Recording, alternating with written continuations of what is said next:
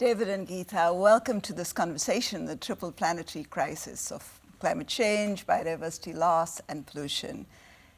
You know, these three crises are really affecting Yemen and Thailand, and we'd very much like to know how it's impacting the communities that you serve, and what are the solutions that your in-country team is bringing. David, over to you. Well, thank you very much for the invitation to be here. It's a real pleasure. I think the most significant threat to, particularly on the biodiversity, but also the pollution in Yemen, is really the conflict itself that's been waging for the last 8 years. It has put much at risk. Yemen is blessed to have the island of Socotra, which is one of the rare ecosystems in the world that's been threatened by pollution from oil tankers. We have wildlife that has been reduced. The Red Sea itself, a pristine environment that's unique in the world. All of these have suffered during the conflict. I was very pleased, though, when I was recently asked to speak at the League of Arab States Summit of Environmental Ministers about 3-4 weeks ago, where we were able to announce both the UNEP coming back, the UN Environmental Program coming back, and they're going to do a post-conflict analysis of the environment. And the ministers were quite pleased with that. And equally, UNESCO has been focused particularly on the pollution aspect. So UNEP more on the biodiversity, UNESCO more on the issue of pollution, including that there's like 17 oil tankers that have sunk off the shore that are threatening all of the waters. So I think we're in a good position to help recover the biodiversity, limit the pollution going forward as the conflict winds down. Mm-hmm. And Gita, what do you see as the challenges and what are the solutions that you bring with your team? I want to begin, Ligia, by thanking you for creating the time to talk to us and for even helping us push boundaries when it comes to climate and biodiversity. I want to speak from the context of Thailand. We've got a government that is committed to accelerating climate action, including biodiversity. We've also got a private sector that is stepping in, supporting biodiversity and committing to protecting 30% of the land and water resources in the country, which provides us with a very solid foundation of taking the whole agenda of biodiversity in Thailand. I believe biodiversity impacts everyone. It impacts the vulnerable much more than others. If I have to speak, to identify two groups, farmers, very impacted just because it impacts yields, directly impacts agricultural yields. It also impacts ethnic minorities, people living or dependent on forests, and forests produce in many ways, right? In terms of solutions, there are three things that we, as the UN system in Thailand, are doing. Firstly, we've got UNEP, together with FAO, that are working on organic cultivation. And UNEP specifically working on rice and seeing how we can make paddy fields. We can introduce sustainable rice production to protect the biodiversity of paddy fields, which helps obviously reduce resource use and even emissions while enhancing agricultural yields. Your analysis, UNEP's analysis tells us that if you increase organic cultivation of rice by 10%, only 10%, it will translate into returns of over 400 million in 15 years, right? So that tells you the positive impact that this can have. The second thing that we are investing in is sustainable tourism. Community-based approaches, bottom-up approaches to protect species, to protect biodiversity hotspots, together with UNDP, UNESCO, working with the hotel industry, together with Expedia, through the Sustainable Travel Pledge, to protect these biodiversity hotspots. Indeed. Now let me also push you a little bit on your climate change work. I know you're doing fantastic work. So what are the pathways that you're using to support an accelerated climate action in Thailand? Ligia, there are 4 areas that we prioritize as a country team. The first is obviously introducing best available technology in polluting industries, including transport, that account for a significant proportion of the GHG.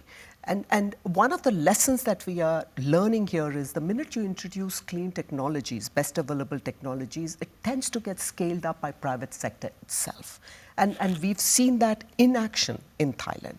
The second area that we prioritize, and this we do together with the provincial governors who've committed to climate action, they are taking waste segregation to 14 million rural households, helping us not just reduce carbon emissions, but translating that into carbon credits, which then results in increased investments at the local level.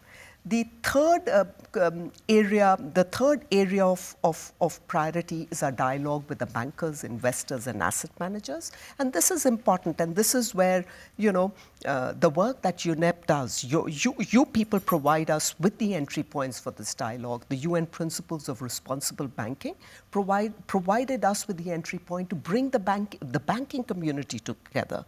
In the context of Thailand, this is huge. They represent $1.3 trillion in terms of the asset base. In fact, one of their recommendations to us was to dialogue with the government to see how to increase the supply of green and sustainability-linked bonds, which the new Prime Minister picked up and has committed to issuing sustainability-linked bonds, which will help generate close to $2 billion of additional financing for the green transformation. Going to pause here, hand it back to you, Ligia. Very good, excellent. David, let me come to you with regard to biodiversity, and especially the UN has recently removed the oil from the tanker, the FSO Safar. What do you think has been the impact of this project on the biodiversity avoided losses of the Red Sea? Well, it's one of the more difficult things to do is to prevent a disaster as opposed to respond to one. That's what we discovered in this whole process. We needed to raise over $140 million to carry out this project, not a small amount of money, but the stakes were extremely high. Our estimates that came from UNEP, in fact, about $20 billion would have been required to clean it up. $140 million is not much compared to $20 billion, so the business case is easy. The environmental impact would have lasted a generation. Pristine waters that include some of the most unique coral species around, including those that are tolerant to warm temperatures, high temperatures. We may need it in the future. We're also at stake. Fishing communities, 200,000 fishing communities, not communities, families would have lost their livelihood. Probably 25 years of loss of biodiversity in the southern part of the Red Sea. That's what was at stake. There were also economic issues, shipping issues, humanitarian issues, access to ports. Frankly, the shipping through the Red Sea represented 86% of the national income of the country of Djibouti, because they depend upon shipping for national revenue and for their own support to biodiversity locally. That was all at risk, because if you can't get through the Red Sea, there's no point going through the Suez Canal.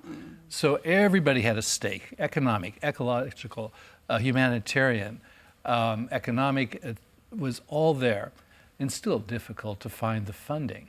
And in the end, we did a 3-prong approach to this. I just want to share a quick story with you. To get to the funding, of course, we talked to member states, and we got considerable funding from them.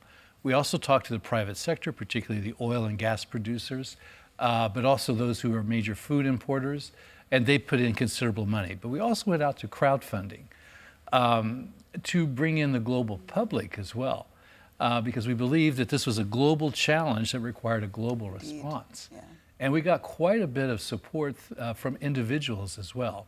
And the story I want to tell you is a really nice one. One of the groups that contributed to us was a bunch of school children in Bethesda, Maryland. They were 6, 7, 8 years old, and their classroom teacher had organized an environment club. And they went out and raised several $100s selling lemonade, Even some of them use their money from the tooth fairy, they describe. That's amazing. So you get this global movement of everybody from corporate oil companies, member states, down to, I shouldn't say down, but including children who want to contribute to prevent the same problem. Fantastic. And so We'd very love happy to know more. Thank you so very much. This is great. And thank you for being here, both of you, to this chat. Our pleasure, yeah. Thank you so much.